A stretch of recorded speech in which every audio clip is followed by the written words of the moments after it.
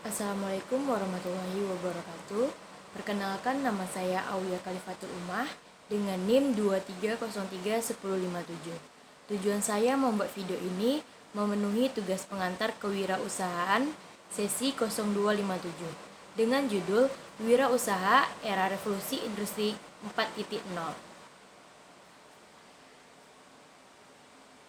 Dalam menghadapi perubahan industri yang terus berkembang, terutama di era revolusi industri 4.0, kita harus memahami bahwa adaptasi dan transformasi menjadi kunci untuk tetap relevan dan berdaya saing. Revolusi industri 4.0 menuntut kita untuk beralih dari ekonomi berbasis sumber daya alam menuju ekonomi berbasis nilai tambah seperti industri manufaktur dan jasa.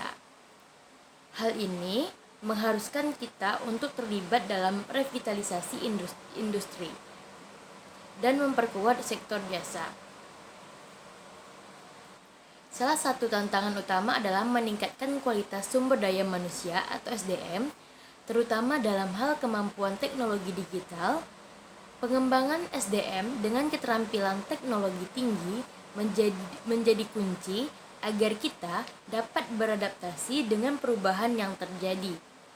Selain itu, persiapan untuk masa depan juga harus menjadi fokus dengan mempersiapkan keterampilan yang relevan dengan perkembangan teknologi. Pemerintah juga memiliki peran penting dalam mengarahkan kebijakan yang mendukung transformasi ekonomi ini. Kebijakan terkait pembangunan infrastruktur, insentif fiskal, kebijakan perdagangan, perbaikan iklim usaha, dan bantuan sosial harus diarahkan sesuai dengan tantangan dan perubahan yang terjadi. Misalnya, memberikan insentif pajak bagi industri yang mengembangkan teknologi baru atau mendorong pengembangan koperasi sebagai bagian dari ekosistem inovasi. Selain itu, kolaborasi antara sektor swasta, pemerintah, dan lembaga pendidikan juga diperlukan untuk menciptakan lingkungan yang mendukung inovasi dan pengembangan sumber daya manusia yang handal. Melalui vokasi dan upaya untuk meningkatkan ekosistem inovasi, kita dapat mempercepat adaptasi terhadap revolusi industri 4.0 dan meningkatkan daya saing di pasar global. Pada dasarnya, arahan tersebut menekankan pentingnya fokus utama pada perbaikan sumber daya manusia atau SDM melalui pendidikan vokasi. Hal ini dilakukan untuk menyiapkan kebutuhan kompetensi sumber daya manusia di era industri 4.0. Dalam konteks ini, terdapat berbagai strategi untuk meningkatkan kualitas sumber daya manusia, terutama melalui pendidikan dan pelatihan di 3 lembaga vokasi utama, yaitu SMK, Politeknik, dan BLK. Strategi pertama yang diusulkan adalah melakukan reformasi besar-besaran terhadap lembaga pendidikan dan pelatihan vokasi. Reformasi ini bertujuan untuk memperbarui struktur dan paradigma lembaga agar lebih sesuai dengan kebutuhan industri. Strategi kedua mencakup pengembangan berbagai standar kompetensi yang dibutuhkan oleh industri. Hal ini dilakukan dengan melibatkan industri dalam menyusun kurikulum vokasi sehingga lulusan benar-benar siap pakai dan sesuai dengan kebutuhan industri. Selanjutnya, strategi ketiga yaitu menjalin kerjasama yang lebih erat antara lembaga vokasi dengan industri dalam hal sarana dan prasarana.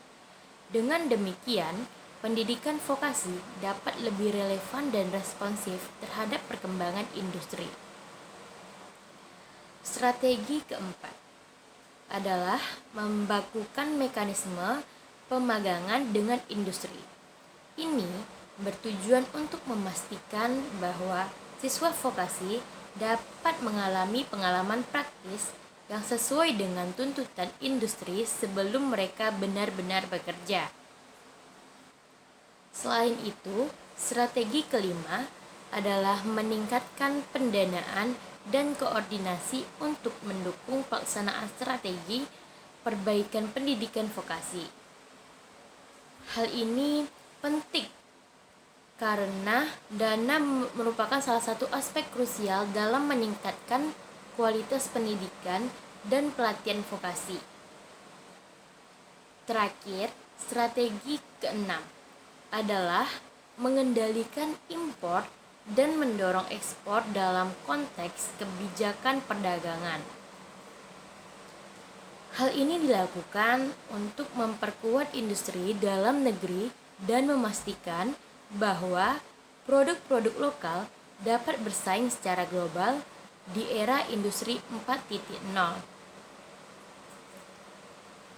Dengan demikian, kesadaran akan pentingnya adaptasi, transformasi, dan kolaborasi menjadi kunci bagi Indonesia dalam menghadapi revolusi industri 4.0. Dukungan dari berbagai pihak, terutama pemerintah, serta upaya untuk meningkatkan kualitas sumber daya manusia dan mendukung inovasi akan menjadi landasan kuat untuk mencapai kemajuan ekonomi yang berkelanjutan di masa depan.